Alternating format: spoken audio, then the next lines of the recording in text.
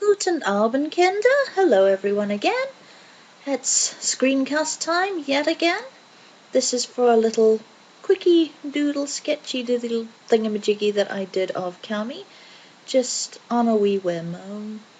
So this is just another gently pleasant watching a picture appear affair. So it's not going to be hugely educational. Just sort of enjoy it if you want to sit and have a little blurb in the background.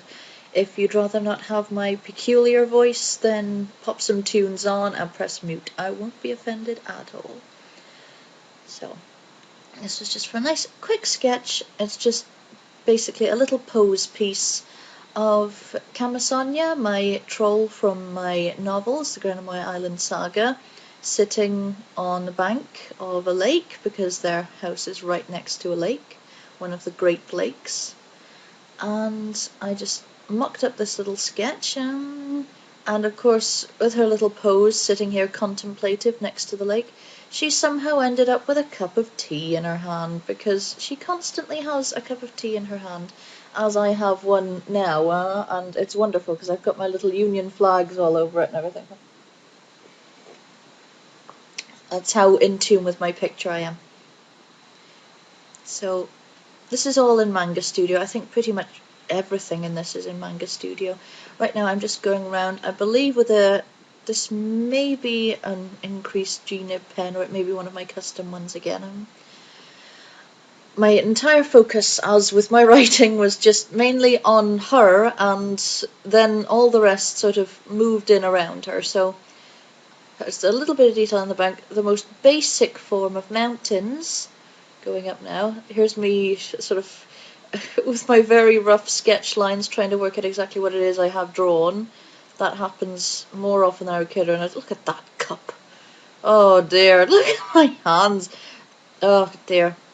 The only thing I can ever hope is that seeing these screencasts gives hope to people who feel, oh, I could never draw that good, I could never do that, I could never do this. This is not good at all. This is just me making a mess.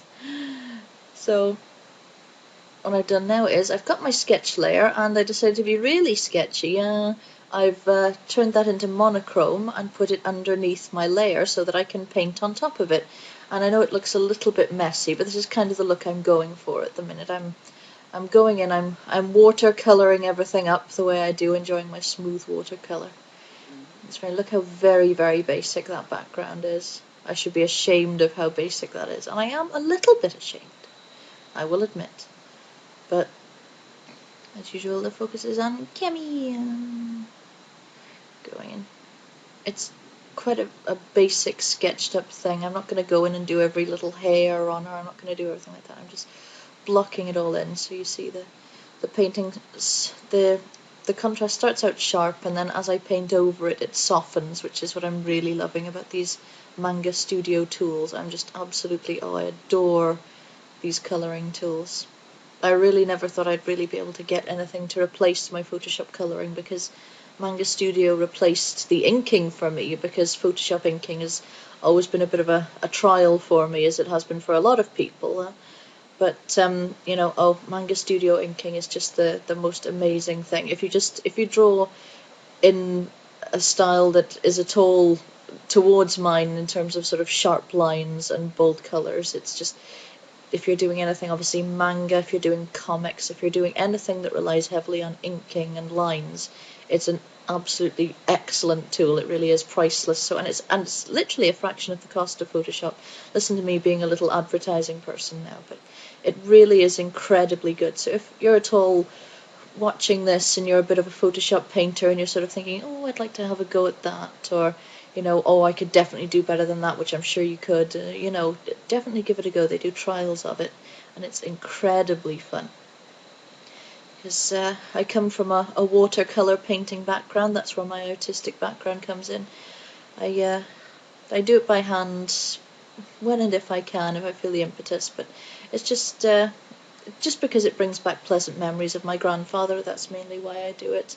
When I can, if you do things digitally, I know it strips down the magic, but I mean, there's just so much you can do with these new versatile tools, and especially with this Manga Studio. I'm really enjoying this current Manga Studio.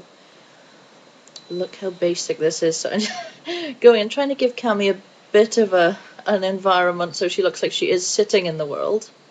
That little bell going is our Kit Kat Rory. She's sitting watching this art screencast as well. I don't know what she makes of it. So it's either rats going in a wheel or a cat's bell going. She's dragging her toys around. So it's funny, it's very basic and very messy, but you can sort of see what I was trying to go for with this. Look at it, it looks like it's gently coming together. So I'm going in now, adding a gentle gradient onto the sky. It looks a bit, again, it looks sloppy to begin with. I just noticed there, POL I've written there, POL 30. I like to make a point of writing down for myself what inking brush I'm using whenever I ink, in case I have to come back and add any details later, so I know exactly what brush or what nib I was using, so I don't mess it up. So this isn't a G nib by translation of that. That is one that I created myself for making my little pages of characters. Going and darkening some of these shadows now, wherever they would be most intense. So it's underneath there, underneath her legs. Adding a little bit here. Doing my usual and going in and adding a touch of slightly purplish shadow, which is what I like to do on my art. Okay, so what I'm doing now is I've gone into the line art layer and I'm sort of painting over the line art. So again, it's sloppy. It's not being done with great detail. It's not being done in great detail. This whole thing is just meant to look sketchy and sloppy, because I've got a real perfectionist problem with letting things just be sort of natural and a bit messy, and every now and again I think I need to do this kind of exercise to really force myself to, but it's really good for you, especially if you like to get a little bit stressy over the lines. Look at these little blank areas I haven't even filled in. That's how casual I'm being right now. So really trying to force myself to make sure I don't get too hung up on anything. So just doing green for the grass, just outlining with a gentle, slightly darker colour than what the main area is. So you see it's a slightly different shade of green as well, which I'm quite liking. Rory says no. Computer says no.